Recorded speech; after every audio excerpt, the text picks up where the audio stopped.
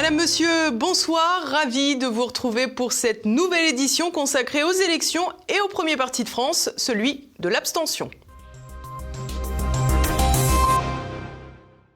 Pas de surprise, dimanche soir, le deuxième tour des élections régionales a confirmé largement la tendance de la semaine précédente. L'abstention est toujours à un niveau record et les deux partis considérés comme favoris pour 2022 ressortent considérablement affaiblis. Le point.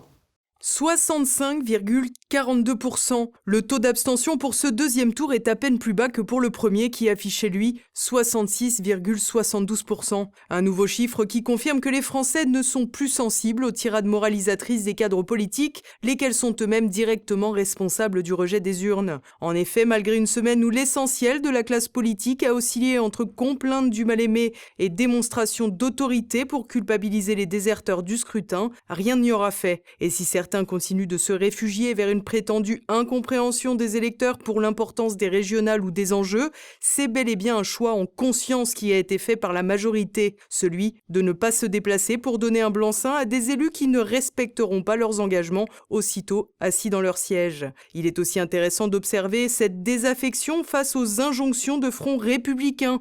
En effet, les menaces de tout l'échiquier politique pour faire barrage au Rassemblement national a laissé les Français de marbre. Une attitude qui n'aura pas pour autant facilité les choses pour le mouvement de Marine Le Pen, dont les électeurs étaient également aux abonnés absents, y compris dans la région qui attirait l'essentiel des espoirs du mouvement, la Provence-Alpes-Côte d'Azur qui opposait Thierry Mariani au sortant Renaud Muselier soutenu par tout le reste des partis. L'ancien ministre de Nicolas Sarkozy est parvenu à récupérer un peu plus de 6 points entre les deux tours pour arriver à 42,7%, près de 3 points de moins que Marion Maréchal en 2015. Un écart assez important à l'avantage de Renaud Muselier que les instituts de sondage n'avaient évidemment pas prévu. Le candidat soutenu par tous les partis autres que le RN, dont le mouvement présidentiel, a pu se fendre d'un beau discours de victoire dont les premières images diffusées par les chaînes d'infos ont laissé un froid. En effet, avant le direct, les soutiens du candidat étaient tous entassés sans les fameux gestes barrières et ils se sont ensuite rués sur les masques pour la prise d'entraîne. Dommage, c'était trop tard. Quoi qu'il en soit, avec 39 conseillers régionaux élus pour le RN dans la région, Thierry Mariani est celui qui aura le plus limité la casse en ne perdant que 3 sièges,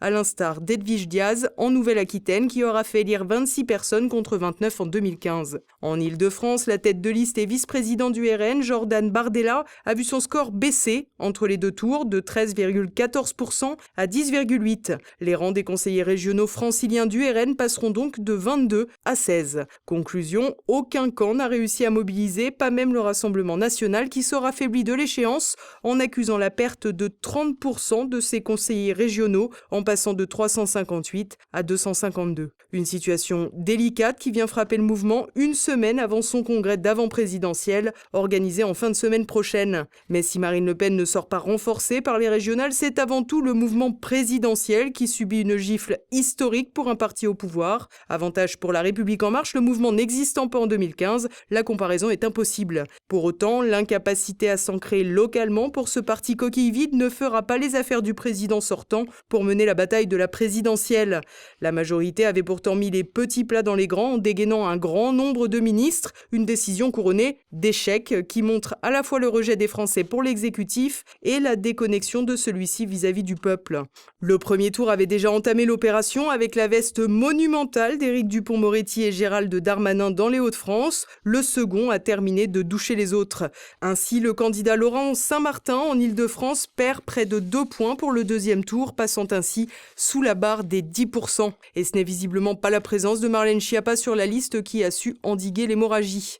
En Bretagne, le macroniste président de l'Assemblée nationale, Richard Ferrand, pourrait bien être congédié de la région. En effet, en 3e position sur la liste en Finistère, le proche des Mutuelles de Bretagne va devoir s'accrocher à son perchoir en attendant de pousser à la démission un colistier mieux placé pour reprendre son siège breton. Et malgré un couperet acéré pour la majorité, le remaniement ministériel ne serait pas au goût du jour. Seuls des ajustements limités pourraient être envisagés. Il faut dire que l'on est loin de 2017 et une République en marche qui attire les ambitieux et les gamellards. À l'image d'un radeau de la Méduse, le parti présidentiel fait plutôt office de repoussoir. Il pourra toutefois se féliciter d'avoir plus ou moins participé à la réélection de Renaud Muselier en PACA. Et si la République en marche et le Rassemblement national n'ont pas à déplorer d'avoir perdu une région puisqu'ils n'en avaient aucune, les vieux partis, eux, ont su tirer leur épingle du jeu. En France métropolitaine, la droite parlementaire sera à la tête de 7 régions et la gauche 5, des nuances bleues et roses, inchangées donc par rapport à 2015. La gauche se maintient donc dans le jeu politique avec notamment une victoire de la sortante Carole Delga en Occitanie avec plus de 57,7% pour sa liste d'union. Certains commentateurs évoquent même une figure pouvant entrer dans la joute présidentielle pour le camp socialiste.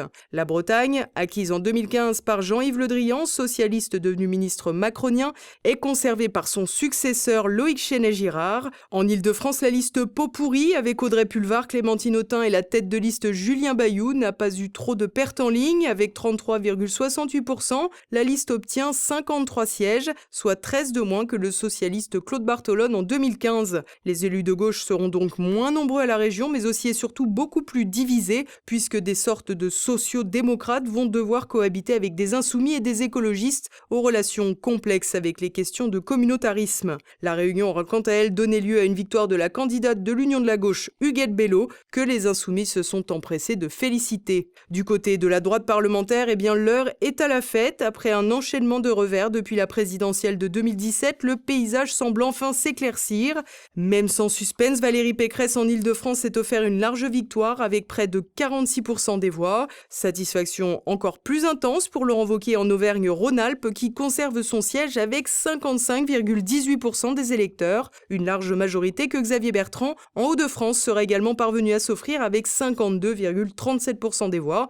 Un bon score dans le cadre d'une triangulaire néanmoins plus faible qu'en 2015 où il avait réalisé 57% face à Marine Le Pen. Le patron du Nord, sur un petit nuage dimanche soir, aura donc profité de l'occasion pour déclarer pour la 23e fois ou quelque chose comme ça qu'il était tenté pour la présidentielle. Un discours qui aura d'ailleurs oublié de saluer les électeurs de ces régionales que Xavier Bertrand a visiblement hâte de quitter pour l'Élysée. Valérie Pécresse semble voir les choses de la même façon, mais avec un peu plus de tact. De son côté, Laurent Wauquiez, qui n'aura sans doute pas passé les meilleures années de sa vie à la tête des Républicains, peut aussi se sentir regonflé. Fait remarquable, les 3 têtes de gondole des Républicains ont une ligne politique relativement différente, prouvant que le mouvement n'est plus vraiment dirigé malgré la bonne volonté de Christian Jacob. Ainsi, malgré des résultats satisfaisants, le chemin vers la présidentielle de 2022 ne devrait pas être de tout repos pour les Républicains. En effet, les régionales auront renforcé le mouvement sans pour autant jouer un rôle de primaire puisqu'elles n'auront pas permis qu'une seule tête se détache. Tout reste donc à définir et le recul du Rassemblement national devrait avoir une influence sur la ligne à suivre, à moins qu'une personnalité hors parti, telle qu'Éric Zemmour, ne se lance dans l'aventure pour rebattre les cartes, ou qu'Emmanuel Macron décide tout simplement de faire une campagne radicalement à droite. Et dans l'ombre des élections régionales avaient lieu les départementales, un scrutin qui a également vu les sortants largement plébiscités avec un net avantage pour la droite. On fait le point avec Thibaut Bastide. On prend presque les mêmes et on recommence pour 6 ans. Si l'échéance départementale est passée dans les grandes largeurs d'une majorité de Français, les électeurs étaient pourtant appelés à renouveler leurs conseillers départementaux. Et comme pour les régionales, la forte abstention a profité aux sortants. Un retour au bon vieux temps où l'UMP et le PS régnaient en maître sur la politique française avec un sérieux avantage à la droite qui a retrouvé des couleurs lors de ces élections locales, dernière échéance avant la présidentielle. Si sans véritable surprise, la droite parlementaire réalise une belle performance dans ses bastions, améliorant même certains de ses scores par rapport à 2015. Elle peut également se satisfaire de quelques prises historiques. Plusieurs départements ont ainsi changé de couleur pour virer au bleu. Le Finistère, remporté en 2015 par la gauche, mais aussi les Alpes de Haute-Provence, ancrées à gauche depuis 1998. Une victoire loin d'être anodine qui permet à la formation Les Républicains et ses alliés d'asseoir un peu plus son emprise en région PACA. Autre victoire de prestige, le Puy-de-Dôme, dont le sort était très incertain. Enfin, la victoire la plus retentissante pour la droite s'est certainement jouée en région parisienne, et plus précisément dans le Val-de-Marne. Ultime bastion communiste depuis 1976, le 94 change de couleur au profit d'une alliance, les Républicains, Libres, UDI, qui devait remporter 2 cantons pour faire basculer le département. L'Union en a gagné 3, choisi Villeneuve-Saint-Georges, ainsi que Champigny-sur-Marne 1 et 2. Une France sérieusement teintée de bleu malgré quelques taches roses résistantes. En effet, les bascules de la droite vers la gauche sont plus rares. Seul lot de consolation pour l'Union de la gauche, les Côtes d'Armor que la droite avait ravi en 2015 et la Charente. Malgré cela, le Parti socialiste et ses alliés maintiennent l'essentiel de leur position localement. C'est notamment le cas en Occitanie où 12 des 13 départements se maintiennent à gauche, y compris ceux des Pyrénées-Orientales et du Gard où le Rassemblement national avait des ambitions. Seul l'Aveyron conserve son statut de terre historique de droite.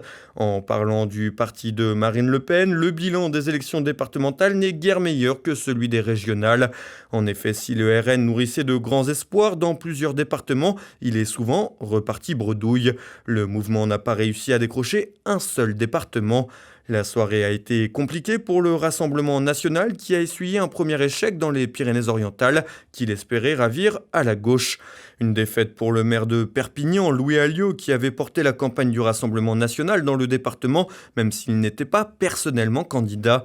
Par ailleurs, le RN a échoué à percer dans plusieurs départements qu'il avait dans le viseur, notamment en région PACA, avec les Alpes-Maritimes, les Bouches-du-Rhône ou encore le Var. Pas de percée dans le sud et un net recul dans le nord. Dans le Pas-de-Calais, le RN a été défait dans 3 des 6 cantons remportés en 2015 et ne conserve que 6 élus. Seul motif de satisfaction pour la présidente du parti, sa nette victoire avec son binôme Steve Briouat dans le 2e canton d'Hénin-Beaumont avec près de 60% des voix. Dans l'Aisne, le parti a également perdu ses 2 cantons et donc ses 6 sièges au conseil départemental. Au total, le parti de Marine Le Pen n'a réussi à conserver que 14 des 35 cantons acquis en 2015. Des élections à oublier pour la présidente du parti qui doit rapidement se remettre en selle si elle veut se mêler à la victoire lors de la présidentielle de l'année prochaine. Tout comme le parti d'Emmanuel Macron qui a traversé les régionales et les départementales comme une âme en peine. Seule consolation, la victoire des 2 ministres, Gérald Darmanin à Tourcoing et Sébastien Lecornu dans l'Eure. Un clivage gauche-droite toujours d'actualité, tandis que le parti présidentiel et le Rassemblement national ont bien du mal à exister lors des scrutins locaux, confirmant la fracture électorale avec les échéances nationales. Ainsi, s'il y a effectivement des gagnants et des perdants à l'issue de ces élections départementales, la route est encore longue avant de pouvoir donner quelconque pronostic en vue de la prochaine échéance, l'élection présidentielle. Et à présent, c'est le moment de l'actualité en bref avec Kevin Tanguy. Jupiter avec les grands patrons à Versailles. Ce lundi était organisée la 4e édition de Choose Friends au château de Versailles. Un événement réunissant les grands patrons étrangers pour attirer les investisseurs internationaux. Le chef de l'État s'est rendu ce matin à Douai sur le futur site de l'usine de batteries pour voitures électriques, dont Qualcomm, Snapchat et Intel, qui cherchent une implantation européenne pour une fonderie de microprocesseurs. Les 3 premières éditions de Choose Friends avaient permis de lancer 35 projets pour 6,5 milliards d'euros au total, dont 20 se sont entièrement concrétisés. Le Tour de France porte plainte. Lors de l'étape du samedi 26 juin, une spectatrice a brandi une pancarte sur le bord de la route, causant ainsi la chute d'une 50aine de cyclistes. Les organisateurs du Tour de France entendent porter plainte contre la spectatrice. Elle risque une contravention de 1 500 €, une peine qui pourrait être plus sévère si le coureur allemand Jacha Sütterlin, contraint à l'abandon après sa chute, venait également à porter plainte. Dans ce cas, la sanction pourrait s'élever à 1 an d'emprisonnement et 15 000 € d'amende. Chaque année, des spectateurs imprudents engendrent des accidents avec les coureurs du Tour de France. Une femme mise en examen pour homicide involontaire après un accident de trottinette à Paris.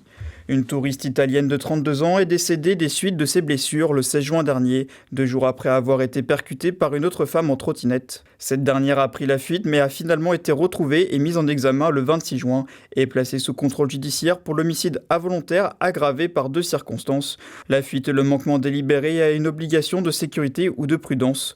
Selon les chiffres de la sécurité routière, 78 piétons ont été blessés par des engins de déplacement personnel motorisés. La ville de Paris, ravie de ces engins écologiques, a décidé de limiter leur vitesse à 20 km/h, soit 5 de moins que la législation. Pas sûr que cela fasse baisser le nombre d'accidents. Mimi Marchand en garde à vue. La patronne de l'agence de paparazzi Best Image a été mise en examen samedi 5 juin pour subornation de témoins. La figure de la presse People, très proche du couple Macron, a été également placée sous contrôle judiciaire et mise en examen pour association de malfaiteurs en vue de commettre une escroquerie en bande organisée. Michel Marchand est soupçonné d'avoir joué un rôle trouble dans l'organisation de l'entretien donné par Ziad Takieddine en novembre 2020. Dans cette interview, Ziad Takieddine avait retiré ses accusations contre Nicolas Sarkozy après avoir affirmé que ce dernier avait touché de l'argent pour sa campagne présidentielle de la part de Kadhafi. Le vaccin AstraZeneca fait encore parler de lui. Après les cas de thrombose détectés il y a quelques mois, les médecins de l'hôpital de la ville de Kochi, en Inde, indiquent l'apparition d'une forme de syndrome de Guillain-Barré chez 7 patients. Le point commun entre ces personnes, ils ont tous reçu la première dose du vaccin AstraZeneca. En Angleterre, des signalements ont également été effectués par l'hôpital universitaire de Nottingham. Cependant, le lien entre ces symptômes et le vaccin AstraZeneca n'a pas été établi. 6 millions de personnes ont reçu le vaccin AstraZeneca dans l'Hexagone et aucun cas de syndrome Guillain-Barré n'a été détecté. Le Tinder à la française dans la tourmente, le patron de l'application de rencontre Happen fait parler de lui. Didier Rapaport est épinglé par une enquête de Mediapart l'accusant d'avoir eu des comportements plus que douteux envers ses employés, alors même que l'entreprise met en vitrine son combat contre les violences faites aux femmes. Dans les faits, Didier Rapaport aurait un management brutal. Selon d'anciens collaborateurs, il se permettrait des réflexions sur le physique et la tenue de ses salariés. Le PDG n'hésiterait pas à organiser des voyages uniquement avec des femmes de son entreprise, en les incitant à se lâcher. À la suite de ces comportements, une main courante a été déposée, ainsi qu'une enquête interne après des rumeurs d'agression sexuelle. Et voilà, on arrive déjà à la fin de cette édition. Ce soir, pour le Zoom du jour, Martial Bild reçoit le général Antoine Martinez pour évoquer sa candidature pour la présidentielle de 2022. Nous sommes dans une situation totalement gravissime aujourd'hui. Chacun peut se rendre compte d'ailleurs. On a vu les années précédentes des dirigeants politiques qui étaient plutôt laxistes, qui ont manqué de clairvoyance, qui ont manqué de courage politique. Mais aujourd'hui, c'est vraiment terrible de constater que ce sont nos dirigeants politiques eux-mêmes qui œuvrent contre la nation française, contre la patrie et mettent les Français en grand danger. Moi, j'avoue que je ne comprends pas ce comportement, cette attitude de notre président de la République dans cette situation dramatique, je le répète, de l'évolution de la France avec cette immigration de civilisation, de culture non seulement différente, mais qui nous est hostile. Et donc, moi je considère qu'aujourd'hui, nous avons connu, il y a une quarantaine d'années, avec l'arrivée de M. Mitterrand et de la gauche au pouvoir, nous avons connu le droit à la différence. Pour les individus, on voit le résultat auquel nous sommes arrivés. Eh bien moi, j'exige aujourd'hui que ce droit à la différence soit appliqué au peuple. Moi, je considère que le peuple français doit être différent de l'Afrique, du Maghreb. Chaque peuple a le droit légitime de défendre son identité. Également au programme de votre soirée Politique Éco, Olivier Pichon reçoit Pierre Jovanovic pour sa traditionnelle revue de presse. Tout de suite, c'est évidemment François Bieux-Leclerc pour Mes Libertés Politiques. Bonne fin de soirée à tous, à demain. Bonsoir. Retrouvez Mes Libertés Politiques avec terredefrance.fr, parfum et accessoires solidaires du monde rural.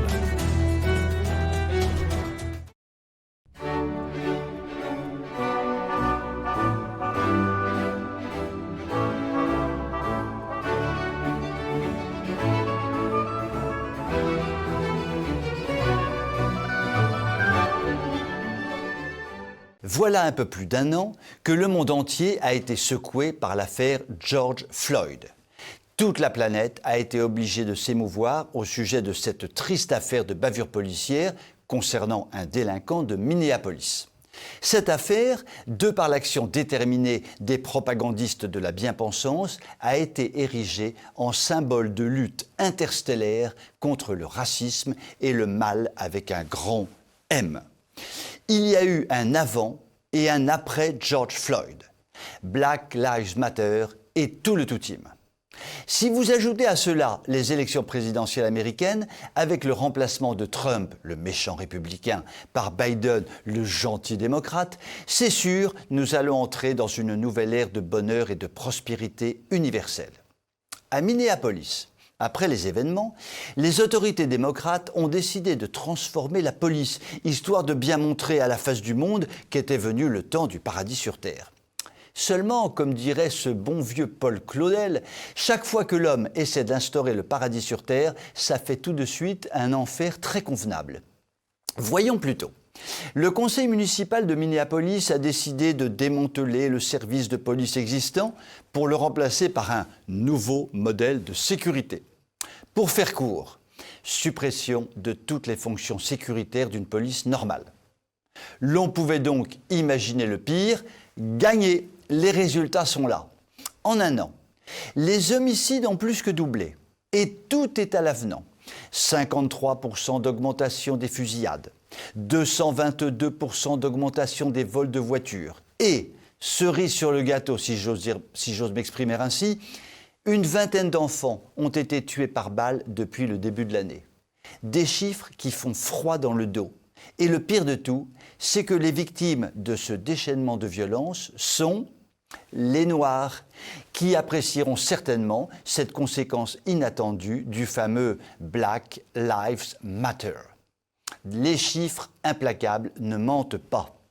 À Minneapolis, 1/5 de la population est noire et les Noirs représentent les 3/4 des victimes. Une population fragile en première ligne pour encaisser le déchaînement de violence dérégulé avec une police en complet sous-effectif. Décidément, le nouveau modèle de sécurité de Minneapolis est un énorme succès. Il faut médailler d'urgence les démocrates qui dirigent la ville, ainsi que leurs grands amis, les Black Lives Matter. Je vous souhaite une très bonne soirée.